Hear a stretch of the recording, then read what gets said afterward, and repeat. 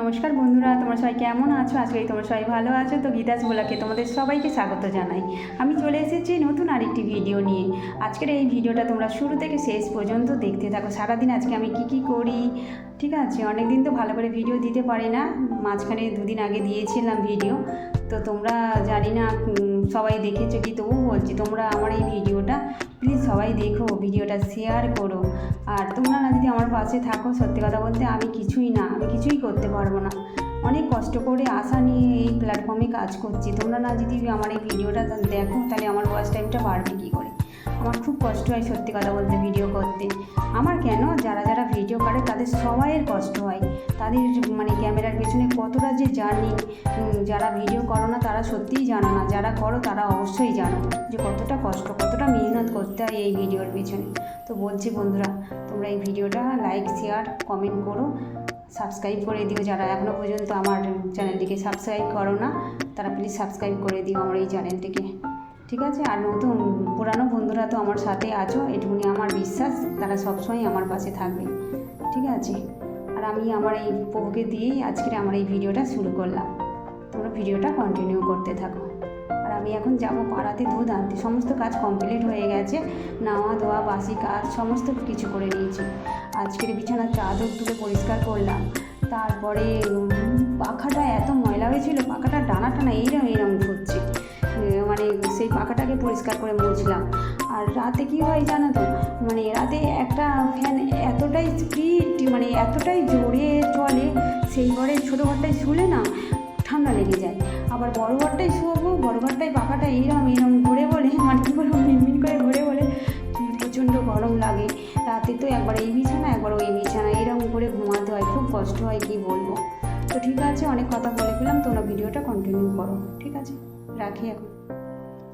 এই দেখো এরা কি সুন্দর পাড়ায় খেলছে, পাড়ায় খেলছে। একে খেলতে নেই না, কই বল কই? হ্যাঁ বল কই? দিয়ে একে একটু বল দাও, দুজনে খেলে একটু। কেন নিয়ে আয় না ঘর থেকে? হ্যাঁ কই গো, ঘরে থেকে নিয়ে আসো। নেই, বল নেই। চলো চলো চলো চলো, খেলবি একটু, খেলবি একটু। হ্যাঁ ওই দেখ বাবা, দেখেছিস? ছেড়ে দেবো, ইন্ডিয়া পাকিস্তান। এর মনটা চুপচাপ কেন?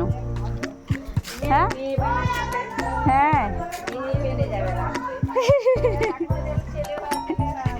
হবে এখনই, কেন হবে না? হ্যাঁ চুল কেটে দিলেই ছেলে হয়ে যাবে, তাই না?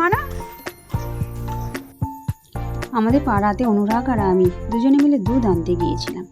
দুধ এনে এসে আমি একটু রান্না বসালাম। রান্না বলতে একটু কুমড়ো আলুর তরকারি করছি আর অনুরাগের দুধ গরম করছি। আর দেখছি যে আকাশ খুব মেঘ করে এসছে। আমার মা বলছে ওই আকাশ মেঘ করে এসছে, জামা কাপড়গুলো তুলে নাও বলে আমি ছাদে সঙ্গেই চলে গেলাম। গিয়ে দেখছি আকাশে এত মেঘ করেছে, গুঁড়ি পড়ছিল, একদম মিনমিন করে, যেটাকে বলে। জামা কাপড়গুলো বলি না তুলে নিই, কোথায় আরও ভিজিয়ে দেবে। আর আকাশটা দেখো কি মেঘ করেছে। আর আমি একটু ডিবেটা আবার ধুয়ে একটু রোদে দিই, যখন যে জিনিসটা ফুরিয়ে যায় সঙ্গে আমি ধুয়ে নিয়ে ডিবেগুলো রোদে দিই। আছে কারণ ডিবেগুলো একটু রোদেতে দিলে শুকনো খড়খড়ে হয়ে যায়, আর জিনিস ঢালতেও বেশ ভালো হয়। পরে যে আমি জিনিস ঢালবো, কোনো জিনিস খাবার জিনিস ঢালবো, বেশ শূন্য হয়ে যায়, ঢালতে সুবিধা হয়। আর এই জামা কাপড়গুলো আমি তুলে নিয়েছি ভিজে শুকনো তাড়াহুড়ো করে, আর কি ঘুড়ি এসে গিয়েছিলো বলে সব একসঙ্গে তুলে বালতিতে জড়ো করে নিয়েছি। আর যেগুলো শুকনো সেগুলো আমি কাঁধে নিয়ে নিচ্ছি, আর যেগুলো ভিজে আমি সেগুলো বলি এই ছাদের ঘরেতেই আর কি দড়িতে দিয়ে দিই। এই ছাদের ঘরটা এখন ব্যবহার করা হয়নি, ছাদের ঘরেই আর কি দিয়ে দিই। বলে ছাদের ঘরেতে আমি জামা কাপড়গুলো দিয়ে আবার আমি নিচে চলে এলাম।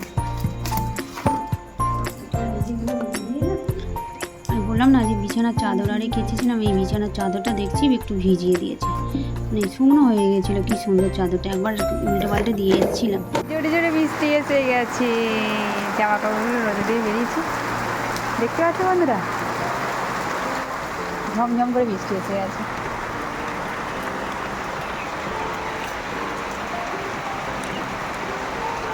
জোরে বৃষ্টি হচ্ছে, কি আরাম হচ্ছে, কি বলবো, এত ভালো লাগছে। ছাদের থেকে চলে এলাম, আর এই দেখো বিছানার চাদরটা কি করে পাতবে, একটু ভিজেও গিয়েছে। বৃষ্টি না পড়ার মতন পড়ছিল, তাতেই ভিজে গেছে চাদরটা। আর এই পাখাটা পরিষ্কার করলাম, মানে করেছিলাম সকালবেলা। পাখাটায় এত প্লেটগুলো ময়লা পড়েছিল, পাখাটা ঘুরতেই চাইছে না, সেই জন্য এখন খুব জোরে জোরে ঘুরছে পাখাটা পরিষ্কার করার পর।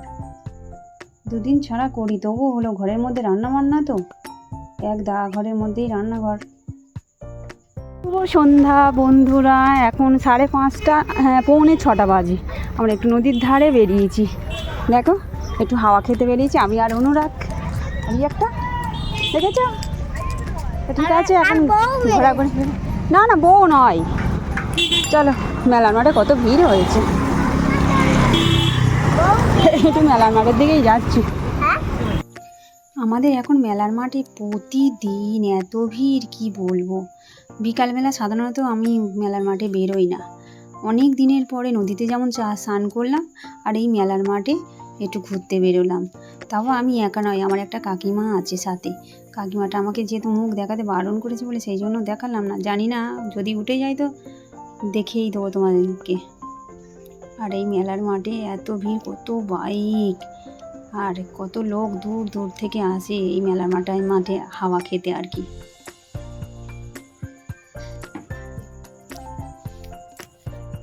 এটা একটা তাল গাছ। একটু রিলস বানাবো বলে আর কি বেরোলাম। হাই কাকি শাশুড়ি মা আর ওর মেয়ে যাচ্ছে, হাই দেখতে পাচ্ছেন, মানে দুজনেই সমবয়স্ক।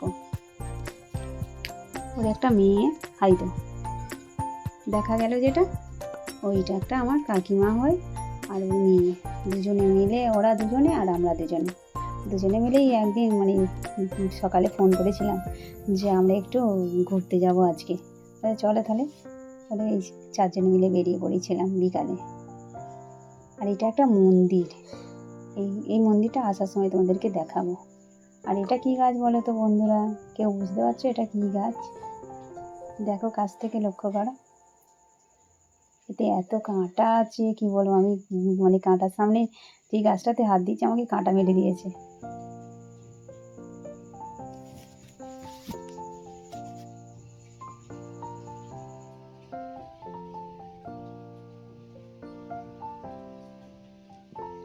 আর বললাম না যে একটু তোমাদেরকে এই মন্দিরটা আসার পথে দেখাবো। এই মন্দিরটা দেখো কত ঠাকুর, রাধা কৃষ্ণ ঠাকুর আছে, মানে কৃষ্ণ রাধিকা, শিব ঠাকুর। আর যেই সময় মন্দিরে ঢুকেছে সেই সময় ঠাকুরমশাই মানে দিয়া জ্বালাচ্ছিল, কত ঠাকুর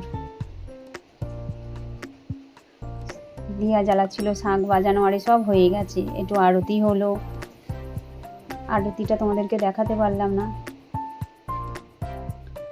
আর ঠাকুরমশাইয়ের মানে এই দেখো বাইরেতে দেখো কি সুন্দর একটু সিনারি ঠাকুর করে রেখে দিয়েছে, কি ভালো লাগছে। এখানে আমাদের রথ হয়, প্রত্যেক বছর এখানে রথ হয়। আমি যদিও কোনো দিন এই মাঠটাই রথ হয় আমি এখনো পর্যন্ত দেখি না।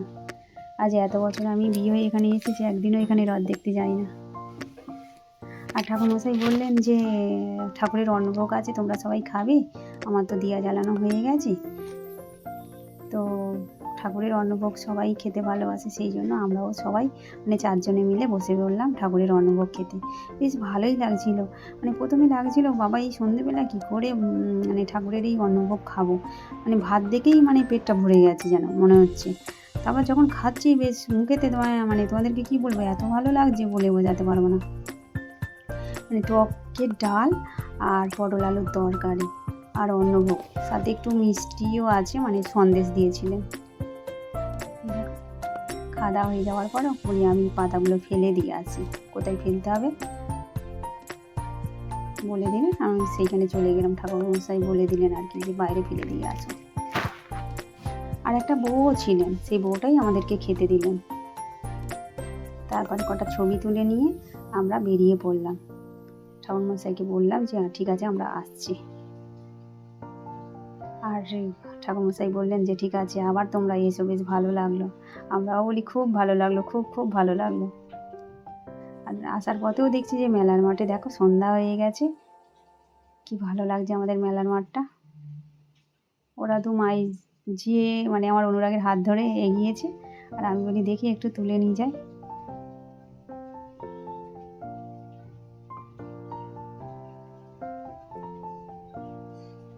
আমাদের রাত্রিবেলাও মেলার মাঠটা কি ভালো লাগে দেখো, দিনের বেলাও দেখালাম, রাত্রিবেলাও দেখালাম। রাত্রে বলতে এখন সন্ধ্যে 7:30 বাজে, কারণ আমরা ওখানে ওই অন্নভোগ খাচ্ছিলাম তো একটু দেরি হয়ে গেল। আবার ঘরে এসে মানে দিয়া জ্বালালাম, যেহেতু দিয়া জ্বালিয়ে যায় না। আর এটা আমাদের তারা মায়ের মন্দির, তোমরা কেউ আসতেই পারো। আমাদের এখানে রায়পুরের মেলার মাঠে এত সুন্দর জাগ্রত মায়ের মন্দির, গঙ্গা মাতা, কালী মাতা, শিব ঠাকুর আছে, তারপরে এটা তারা মায়ের মন্দির। এটা রিসেন্ট হয়েছে, এই 1 বছর হতে যায়, না 1 বছর হয় না যদিও বা। তারা মায়ের মন্দিরটা, বাড়ি চলে এলাম। বাড়ি চলে আসার পর আমাদের পাড়া থেকে মৎস্যবের বিল দিতে এসেছিলো। এত বাড়িতে লোক, কি বলবো, দেখতেই পাচ্ছ তোমরা। আর তো বন্ধুরা, আমার এই ভিডিওটা আজকে এখানেই শেষ করলাম। নেক্সট ভিডিওতে তোমাদের সঙ্গে অবশ্যই দেখা হচ্ছে। ভিডিওটা আমার কেমন লাগলো তোমরা ভিডিওটা শেয়ার করে দিও, কমেন্ট করো, সাবস্ক্রাইব করে দিও। আর তোমরা নিজেরা ভালো থেকো, সবাইকে ভালো রাখো, নিজের পরিবারের খেয়াল রেখো। তো টাটা বন্ধুরা, শুভরাত্রি, গুড নাইট।